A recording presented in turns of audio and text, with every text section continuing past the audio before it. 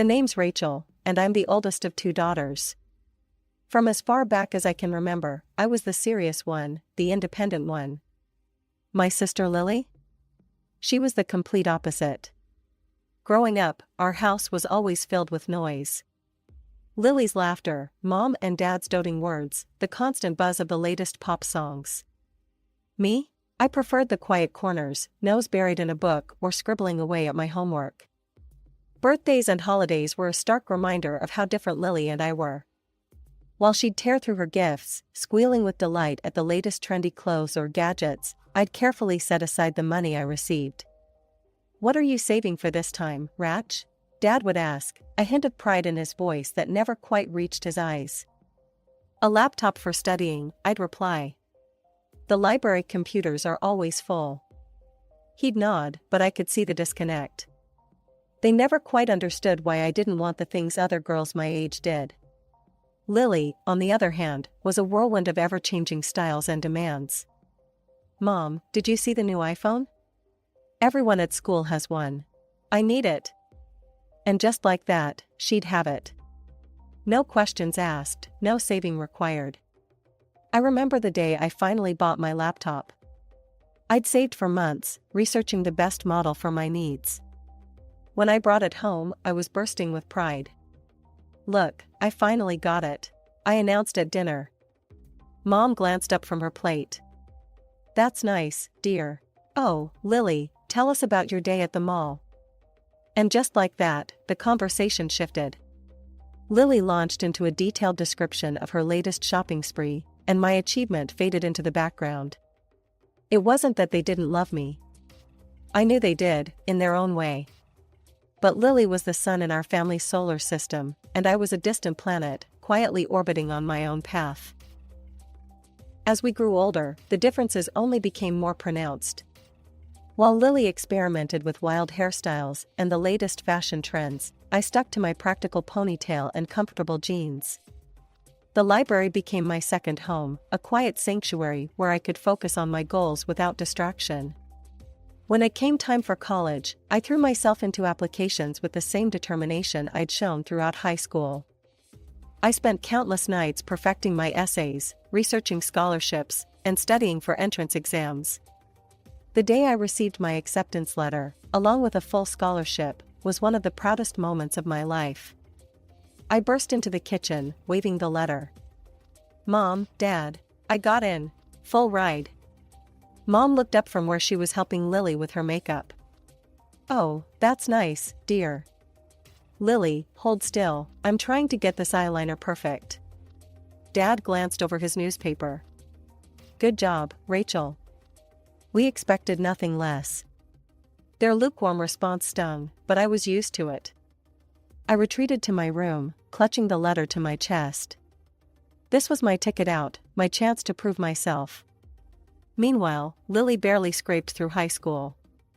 The day she brought home her mediocre report card, I expected our parents to finally show some disappointment. Instead, they rallied around her.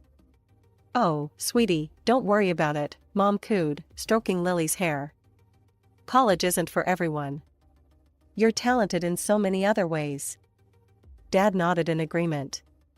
"That's right, princess. You'll find your path." I couldn't believe my ears. "Are you kidding me?" She barely passed. Mom shot me a sharp look. "Rachel, don't be cruel. Your sister has other gifts." I bit my tongue and retreated once again. It was clear that no matter what I achieved, Lily would always be the favorite. College was a breath of fresh air.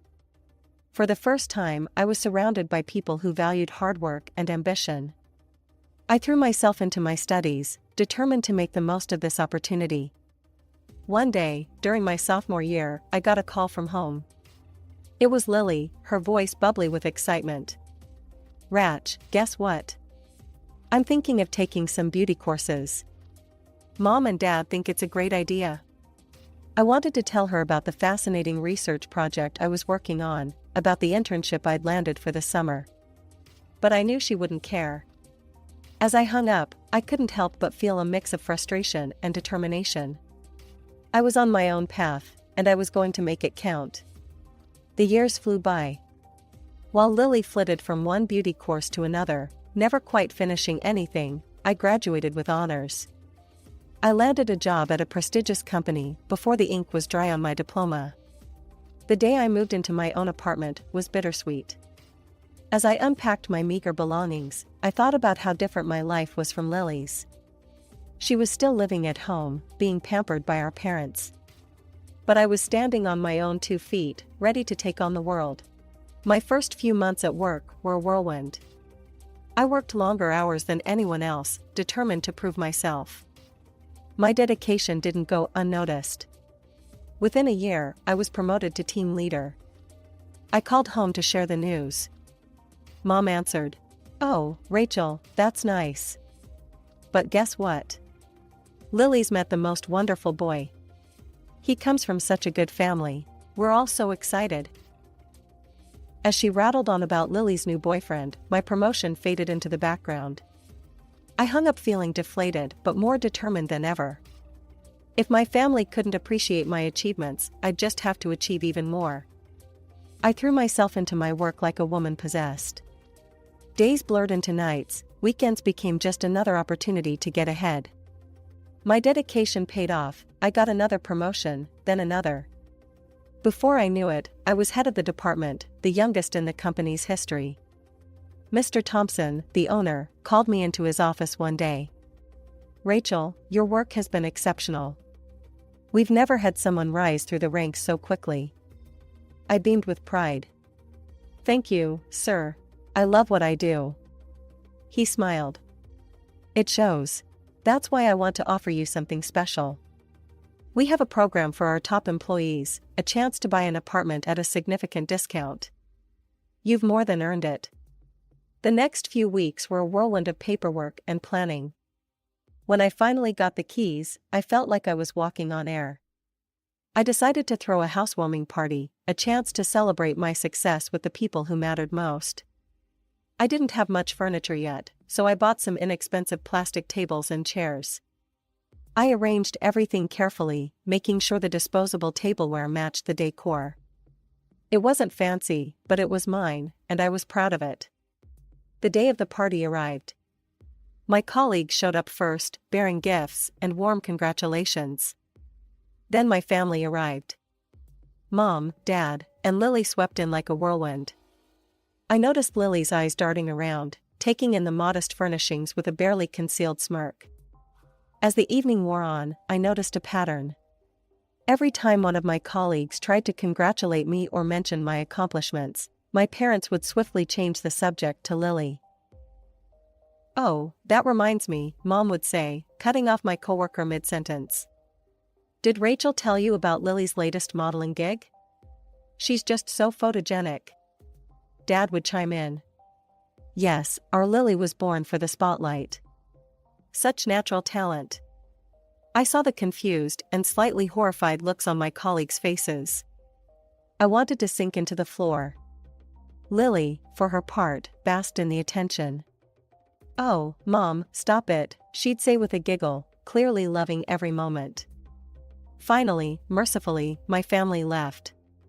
As soon as the door closed behind them, my coworker Sarah turned to me, her eyes wide. "Rachel, what the hell was that?" she asked, her voice low and concerned. I shrugged, trying to play it off. "Oh, that's just how they are." Another colleague, Mark, shook his head. "No, Rachel, that's not normal. Are you okay? Do you need help?" I felt a lump forming in my throat. Their concern was touching, but also embarrassing.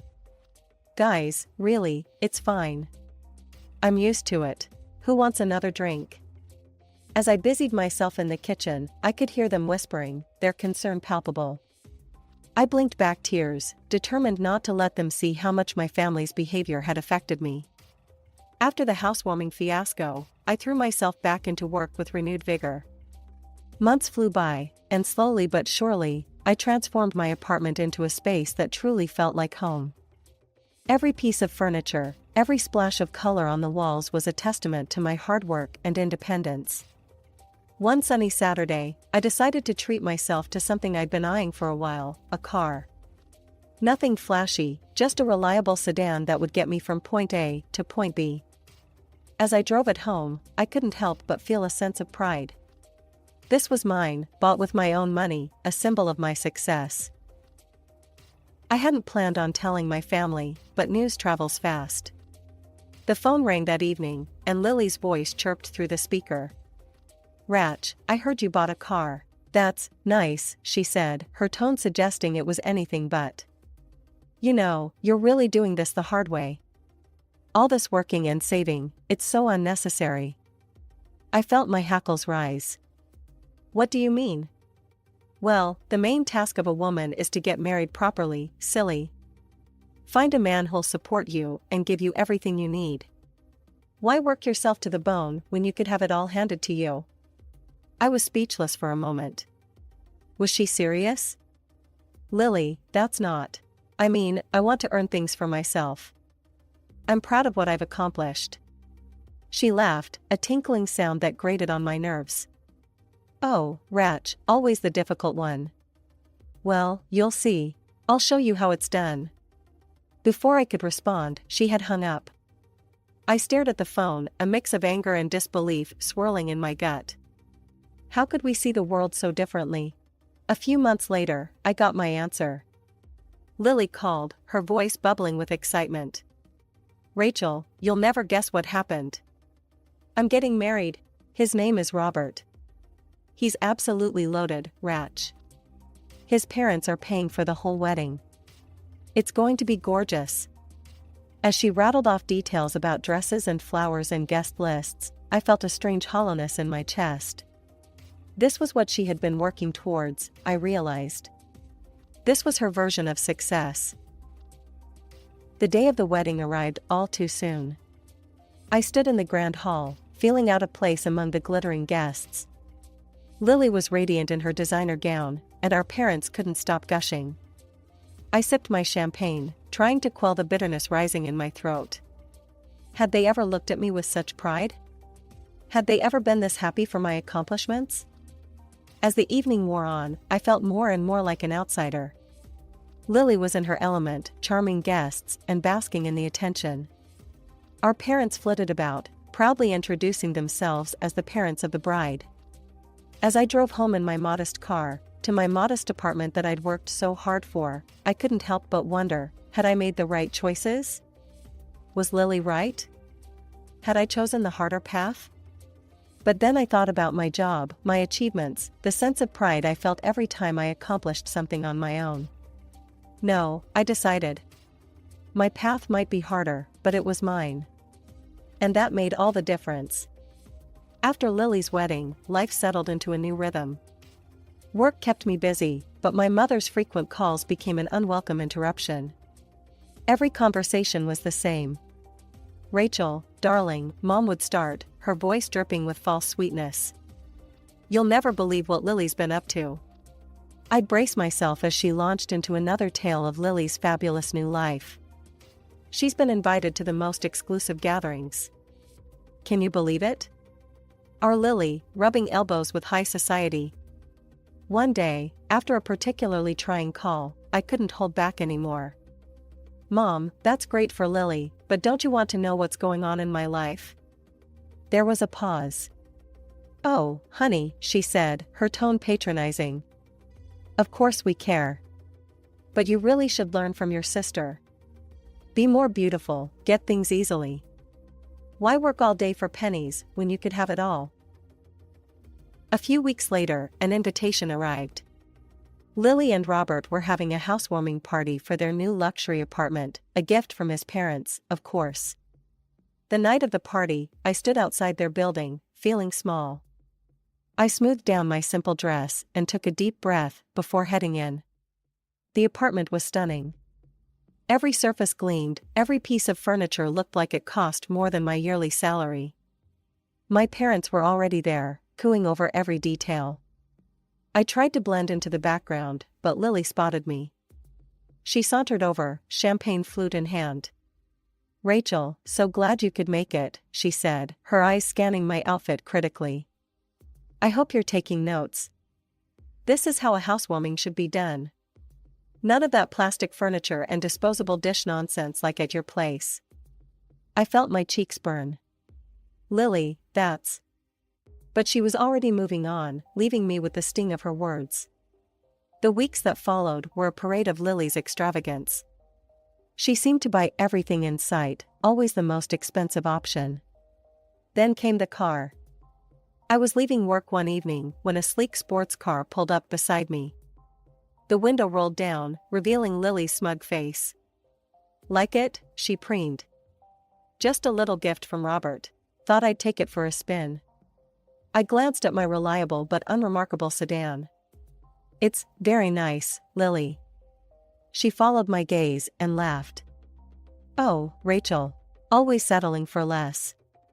You'll always be working for others, while I live the good life. Ta-da." 2 years flew by in a blur of spreadsheets, meetings, and promotions. While I climbed the corporate ladder, Lily seemed content to climb from one shopping spree to the next. Our paths couldn't have been more different, but I'd made my peace with it. Or so I thought. It was a regular Tuesday when my world tilted on its axis.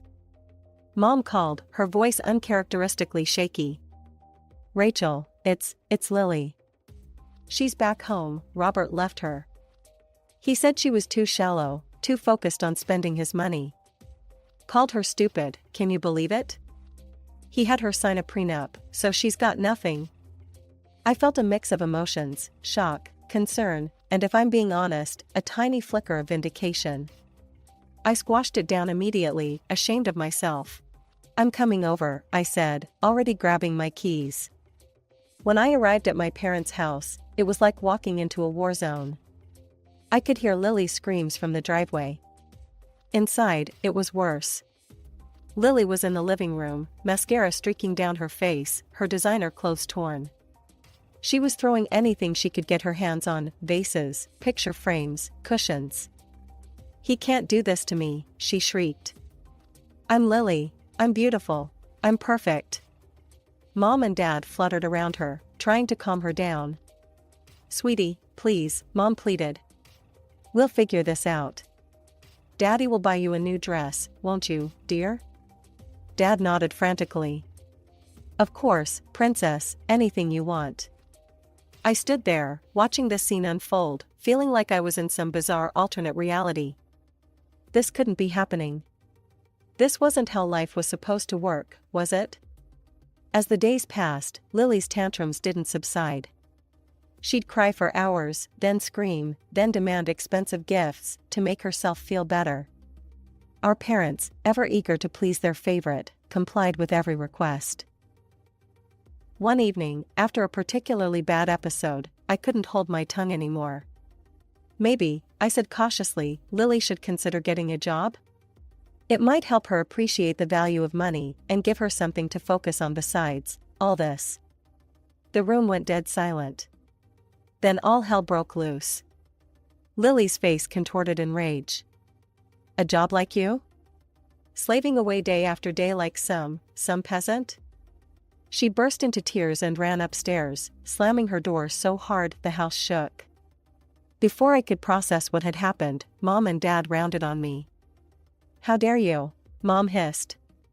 "Your sister is going through a terrible time, and you suggest she lower herself to your level?" But I didn't mean, I tried to explain, but they weren't listening.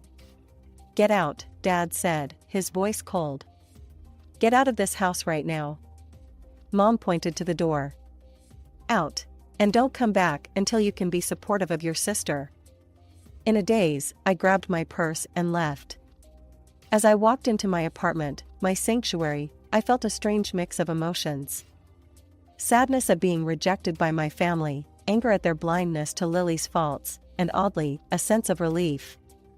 For the first time, I saw clearly how toxic my family dynamic had been all these years. Life has a funny way of throwing curveballs when you least expect them. Just days after the blowout with my family, I received news that left me speechless. I'd won a company contest. The prize? A 4-month around-the-world cruise. In a moment of weakness, or perhaps hope, I called my parents. Maybe this good news would bridge the gap between us. "Mom, Dad, you won't believe it," I want to cruise around the world. The silence on the other end was deafening. Then, my mother's cold voice cut through. Rachel, how can you be so selfish? Your sister is going through a terrible time, and you're bragging about vacations? I felt like I'd been slapped. I'm not bragging, I just thought. Mom interrupted. If you had any decency, you'd give that ticket to Lily. She needs a change of scenery. You can stay home and work, like you always do. Something snapped inside me. Years of pent-up frustration came pouring out. No, I said firmly. I won this trip. I earned it. I'm not giving it up because Lily made poor life choices. I'm going. The next few weeks were a whirlwind of preparation. I packed my bags, put my affairs in order, and on the day of departure, I turned off my phone. For the first time in years, I felt truly free. The cruise was everything I'd dreamed of and more. I watched sunsets in the Mediterranean, explored ancient ruins in Greece, marveled at the bustling streets of Hong Kong. For 4 glorious months, I was just Rachel, not the responsible older sister, not the family disappointment. Just me. But all good things must come to an end. As the ship docked back home, reality came crashing back. I turned on my phone, bracing myself for the barrage of messages. Surprisingly, there were only a few missed calls from my parents. Feeling lighter than I had in years, I headed home. But as I approached my apartment door, I heard noises inside. My heart raced. Had someone broken in? I cautiously opened the door, only to find myself face to face with Lily. She was sprawled on my couch, surrounded by shopping bags and empty takeout containers. Lily? I gasped. What are you doing here? She looked up, barely fazed by my sudden appearance. Oh, you're back. Finally. I stood there, keys still in hand, trying to process the scene before me. How did you get in here? Lily rolled her eyes. Don't be dense, Rachel. I used the spare keys you gave Mom and Dad. I needed a change of scenery. Everything at home reminded me of, you know. I stood there, staring at Lily, trying to process everything. This was too much. I needed air. I'm going to the store, I muttered, grabbing my car keys and heading for the door. But when I reached the parking lot, my car was nowhere to be seen. Panic rising, I called my parents. Mom answered, her voice sickly sweet. Rachel, dear, how was your trip? Where's my car? I demanded, cutting to the chase. There was a pause. Then Dad's voice came on the line. We sold it. The world seemed to tilt on its axis. You, what? Lily needed cheering up, Mom explained, as if it was the most natural thing in the world. We used the money to take her shopping, to the spa. I couldn't believe what I was hearing. That was my car. You had no right. Now, Rachel, Dad's stern voice cut in. We're family. What's yours is ours. Don't be so selfish. Something inside me snapped. Years of pent-up frustration, resentment, and anger came pouring out. Selfish? You steal my car, invade my home, and I'm selfish? I want my money back, now. Their response was immediate and harsh. They called me heartless, ungrateful, a disappointment. The words stung, but for the first time, they didn't break me. I hung up and marched back to my apartment. Lily was still there, oblivious to the storm raging inside me. Get out, I said, my voice quiet but firm. Lily looked up, shocked. What? Get out now. She tried to argue, to manipulate me like she always had, but I stood firm. For once in my life, I put myself first. The next day, I hired a lawyer and sued my parents for the value of the car. They were furious, threatening to disown me, to cut me out of their will. But I stood my ground. The case went to court. It was a grueling process, laying out years of emotional manipulation and financial abuse for strangers to judge. But in the end, justice prevailed. The judge ruled in my favor. My parents were forced to sell their house to repay me. They moved into a small apartment, all the while painting me as the villain who had ruined their lives. But for once, their words couldn't touch me. As I drove my new car home from the dealership, I felt a weight lift off my shoulders. For the first time in my life, I was truly free. Free from expectations, free from manipulation, free to be myself. I cut off all contact with my family. It wasn't an easy decision, but it was necessary. The first few months were hard. There were moments of doubt, of loneliness. But slowly, I began to build a life on my own terms. I threw myself into my work, rising quickly through the ranks.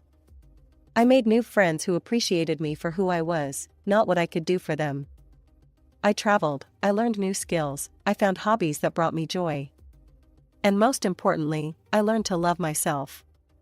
To appreciate my strength, my determination, my worth. Now, as I sit in my office, looking out over the city, I can't help but smile. The path I chose wasn't easy, but it was mine. I built this life brick by brick, decision by decision. And I wouldn't have it any other way. Alright, everyone's presentations are done. Nick, the manager, said as he tried to move the discussion forward. Excuse me, I haven't. I recently found out something. Nick interrupted me and began to speak. There's apparently someone in this department who didn't graduate high school and is just a part-timer. Meetings should be for employees only. Absolutely right. His lackey, Mike, of course, agreed with Nick. I'm leaving. After leaving the meeting room, I started to shut down my computer. I noticed that an email had arrived, not in my personal inbox, but in the company's shared email. Thinking, there's no point in speaking up, no one will listen, I went home quietly. The next day, I heard a commotion from Nick's desk. He was staring at his computer screen, his face pale. Nick! Is something wrong? Mike looked at the screen with him. And he turned even paler than Nick. Why is he so angry? Knowing the reason for Mike's distress, I thought to myself, serves them right. My name is Adam. My mother passed away when I was in the 9th grade, and I was raised by my father. Well, you could hardly call it being raised. After my mother passed, my father changed. He drowned his sorrows in alcohol, and though he still went to work, he squandered our living expenses on horse racing. Because of that, I had to start working part-time as soon as I entered high school. Every month, I went to the convenience store with bills in hand that couldn't be auto-deducted from my father's account. Even though I endured it because I didn't want to be alone, I reached my limit in my second year of high school and dropped out.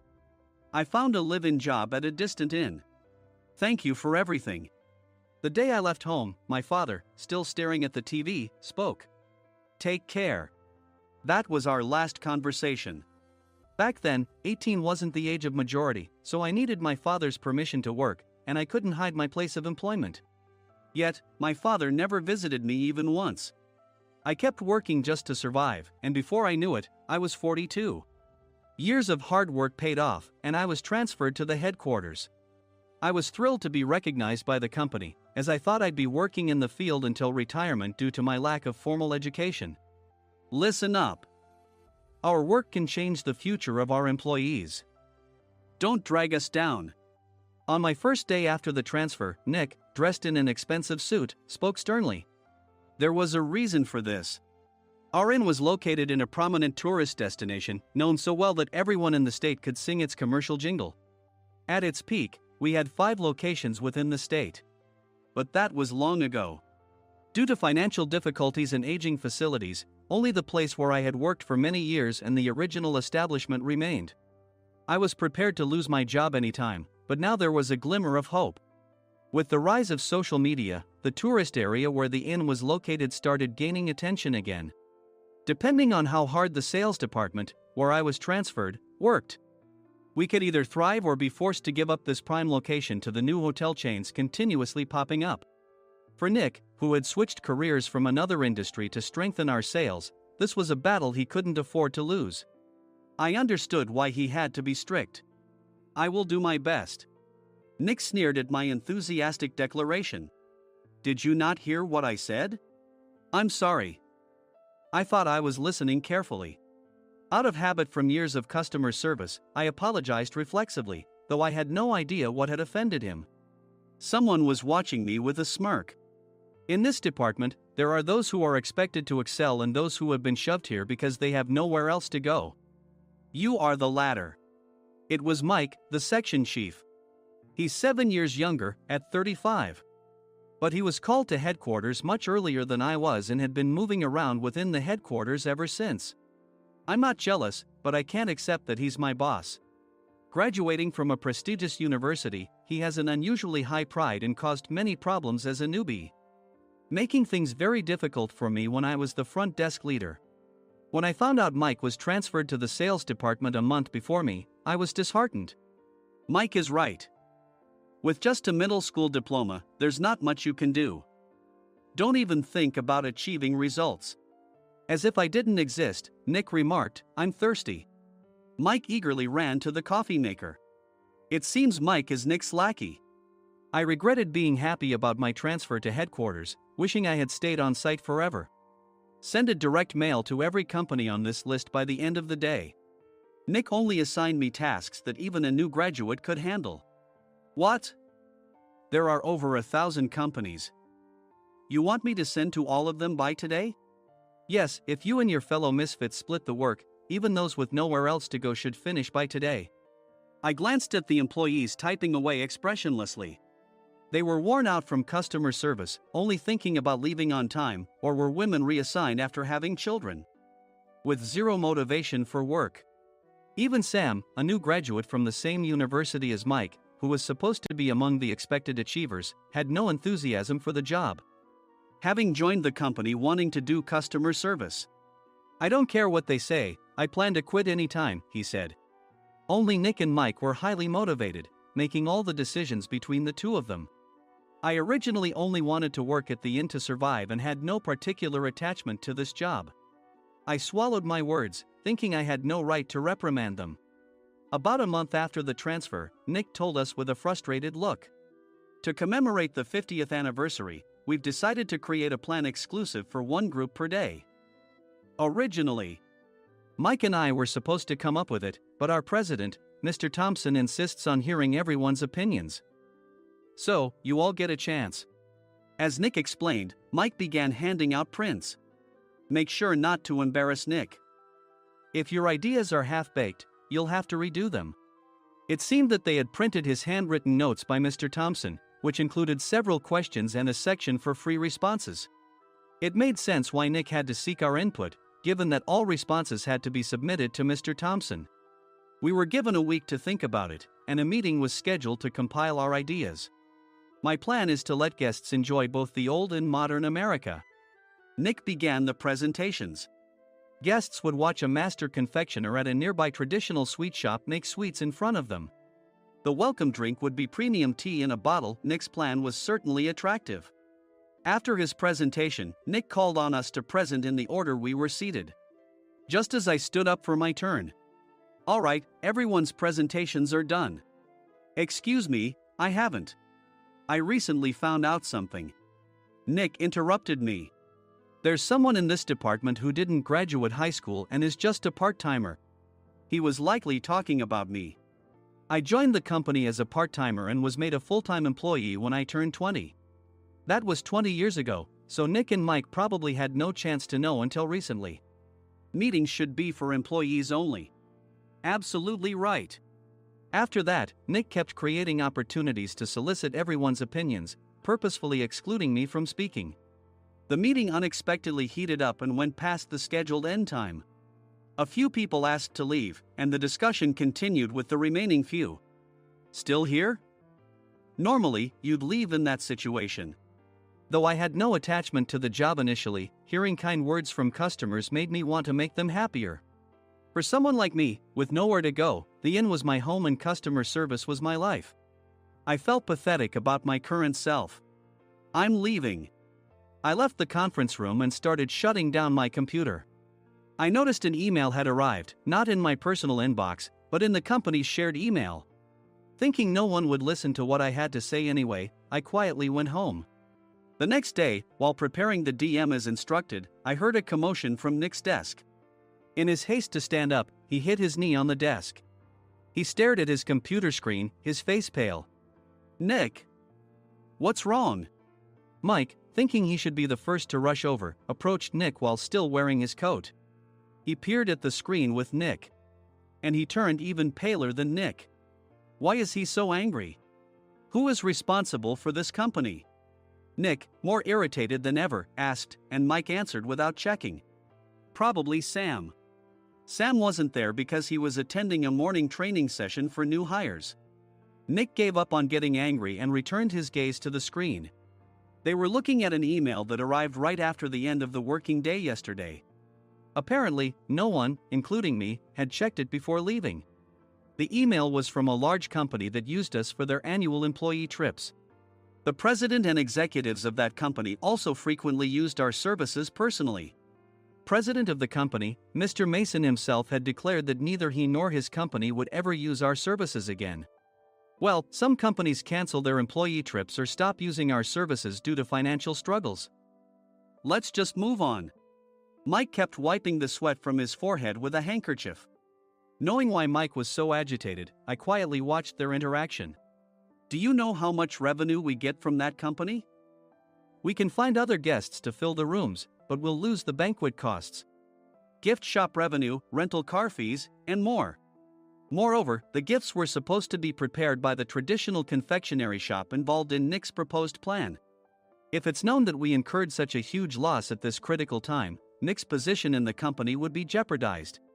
Nick took a deep breath, seemingly trying to calm himself. All right, Mike. Go to New York right now and apologize to Mr. Mason. What? You're coming with me, right? I have urgent work to do. I trust you, which is why I'm entrusting this to you. Please. Mike, believing Nick's sincerity, agreed with a determined look on his face, saying, yes. That's Nick for you. Even if Mike went to apologize, Nick would shift all the blame onto him if the client didn't change their mind. Well, it was Mike's fault to begin with, so it served him right. About 3 hours later, Sam answered a call from somewhere and repeatedly apologized, saying, I'm very sorry. Everyone watched to see what was happening. After ending the call, he informed Nick with a weary tone. When Mike arrived at the client's company, he only made things worse, further infuriating Mr. Mason. He was demanding, get his boss here immediately. It was no wonder Sam was exhausted, dealing with such a call right after returning from training. What is that idiot doing? All right, Adam, you're coming with me. If sacrificing Mike didn't work, then I must be next. Normally, I'd want to refuse at all costs, but I saw an opportunity in this situation. If I can be of assistance, I'd be happy to join you. I immediately followed Nick, and we flew to New York. When we introduced ourselves at the reception, it became clear how serious the situation was, as the receptionist personally escorted us to the president's office. Angry voices leaked through the door, making both Nick and me uneasy. Excuse me. I'm Nick, the supervisor. I understand my subordinate has caused you trouble, and I deeply apologize. Nick, with his experience in the corporate world, knew enough to offer an apology before excuses. However, his customer service skills left much to be desired. I sighed as I saw Mike trembling like a small dog in the corner of the room. What kind of training are you giving your subordinates? Mr. Mason glared at Nick with a red face. The intensity of his gaze made even Nick take a step back. Regrettably, I joined this company only 2 years ago and was unaware of Mike's issues. I should have identified his shortcomings sooner. Indeed. I should have realized sooner. No sensible person would come to apologize and then give a lengthy presentation on the drawbacks of not using their in. Nick froze, his mouth slightly open. Suspecting the worst, I picked up the documents that had fallen to the floor. It seemed Mike hastily prepared these documents on the plane, listing the disadvantages. Disadvantage 1: if you change the venue for the company trip, employees might suspect it's for cost-cutting reasons, leading to a negative impression. Reading it aloud half-jokingly, Nick snatched the papers from my hand and checked the contents with a furious expression. Among the stack of documents was a receipt from a nearby convenience store's copy machine. I felt a pang of dread, hoping he hadn't shown the receipt as well. What do you think he said when I asked what kind of nerve he had to do this? I'm very sorry. Faced with the dire situation, Nick must have thought there was nothing left to do but apologize. In a voice smaller than I'd ever heard from him, he uttered words of apology. He said, "I'm a Harvard graduate. I don't believe I said anything wrong." "Mike! What have you done?" Forgetting his plan to pin the blame on Mike, Nick yelled loudly, even in front of Mr. Mason. "I didn't do anything wrong." "You're still saying that? Look at him." Mike pointed at me with a shaking hand. "I was assigned to headquarters in my 20s and now I'm a section chief. This guy only made it to headquarters at 42. Everything I've done proves I was right. So why are we losing the contract?" Having said his piece, Mike collapsed to the floor. "Of course. You were sent there because you had nowhere else to go." Mike never expected to hear such words from someone he looked down upon. He lunged at me, and Nick hurriedly stepped in to stop him. "Mr. Thompson told me Mike is a quick thinker, and to take good care of him." There's no way he was pushed aside. "Don't make things worse here. He didn't say quick thinker, he said only quick-witted, didn't he?" I don't remember that part." I recalled the many troubles Mike caused when he was a newbie. When Mike was on the front line, his pride was so high that he never apologized to customers. Customer service, especially in our job, doesn't work alone. It brings both good and bad situations. If the front staff or housekeepers made mistakes, or the cleaning company didn't properly clean a room, one had to apologize to the customers regardless of personal fault. Mike, in such situations, would never apologize, insisting he wasn't at fault. This often angered customers, and as the front desk leader, I frequently had to apologize on his behalf. He caused complaints and disrupted operations, which is why he was quickly moved to headquarters. In departments where he didn't interact directly with customers, his quick thinking was beneficial and things went well. But it seemed his flaws were starting to show. Corporate reservations are supposed to be entered into the system by the sales representative. But a quick check yesterday revealed that more than 10 items were missing from the client's reservation. The handover document clearly stated what needed to be prepared. Why didn't you enter it into the system? Why do we have to give them special treatment? Filling rooms near the banquet hall, setting up all the food in advance. Specifying the brand of wine, they're too demanding. No wonder he always angered customers, I thought, feeling a headache coming on. Grouping them in rooms near the banquet hall is for our benefit too. It makes it easier for the staff to set up beds and serve breakfast since everyone's schedule is synchronized. As for the other requests, Mr. Mason suggested them to lighten our load. I didn't know that. Nick finally seemed to realize that Mike was the one who had angered the client. What did you say to them? I just told them we wouldn't give them special treatment anymore. We shouldn't waste effort on things that don't bring in money. I was utterly exasperated at his lack of understanding of customer service. Of course, we shouldn't comply with unreasonable demands. But carrying over successful practices from past stays makes customers feel remembered and enhances their experience. Good memories encourage repeat visits. That's part of our job. I looked down at Mike, who was sitting on the floor. In our job, nothing is a waste. Mr. Thompson likely moved you to the sales department, hoping you'd finally understand this. How do you think he feels now that you've failed to meet his expectations? Mike, tears in his eyes, fled the president's office. I was amazed he still hadn't apologized. You have it tough, Adam. It's okay, we're all employees of the same company. I deeply apologize for this disrespectful incident. Especially after all the care you've shown us. If it weren't for you, Adam, I really would have stopped staying here. When I heard you were moving to the sales department, I was willing to reconsider if you handled it. Seeing us talk so amicably, Nick's face contorted. Do you two know each other? Adam's service is excellent. I always requested him specifically. Normally, we don't accept specific staff requests, but we made an exception for Mr. Mason, adjusting my shifts accordingly. He had personally stayed at our hotel just before my transfer, and during casual conversation, I mentioned, I'm moving to the sales department soon. If I hadn't told him then, things could have been much worse. Please continue to take care of us. I look forward to it. On the return flight, Nick awkwardly offered me a can of beer. It's still working hours. Of course, I had no intention of forgiving him for a single beer. Nick might try to pin everything on Mike and avoid any consequences. While pondering this, a startling fact came to light. Nick, the tea bottles for the plan have arrived. I handed Nick a bottle labeled with our inn's name. They look good. What are you talking about? These are plastic bottles. I had assumed we would use the trendy, high-end bottling tea. But what arrived were ordinary plastic bottles of tea with customized labels. The only unique aspect was the label, which had the inn's name, making it look customized.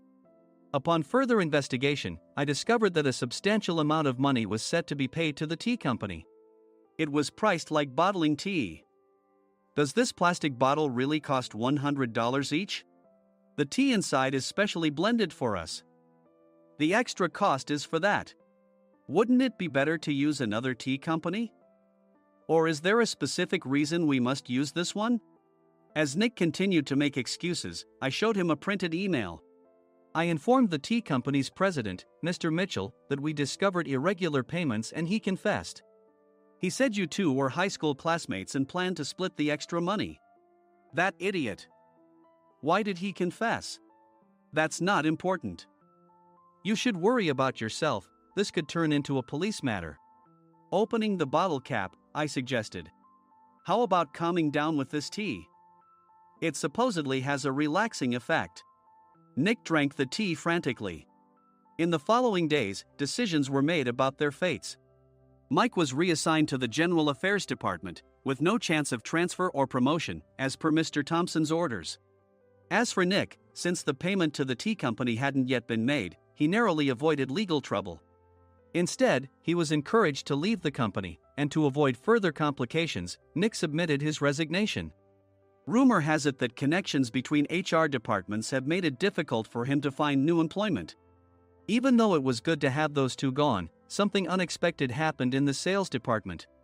Everyone became motivated and united in refining the 50th anniversary plan. In the end, my plan was adopted. We collaborated with the Tourist Information Center to provide personalized guides. The plan, tailored to the number of guests, was truly special for the 50th anniversary. Hey, is Adam's family coming to stay? I immediately booked that special plan for my family. Sam noticed it on the reservation list and quickly picked up on it. Yes, I'm inviting my father. That's great. I might invite my parents too. I lacked the courage to face my father just as Adam. But here, with the confidence Mr. Mason praised, I felt ready. The 50th anniversary plan was a perfect opportunity to reconnect with my father. I hoped to bring back the days when we could laugh together as we once did.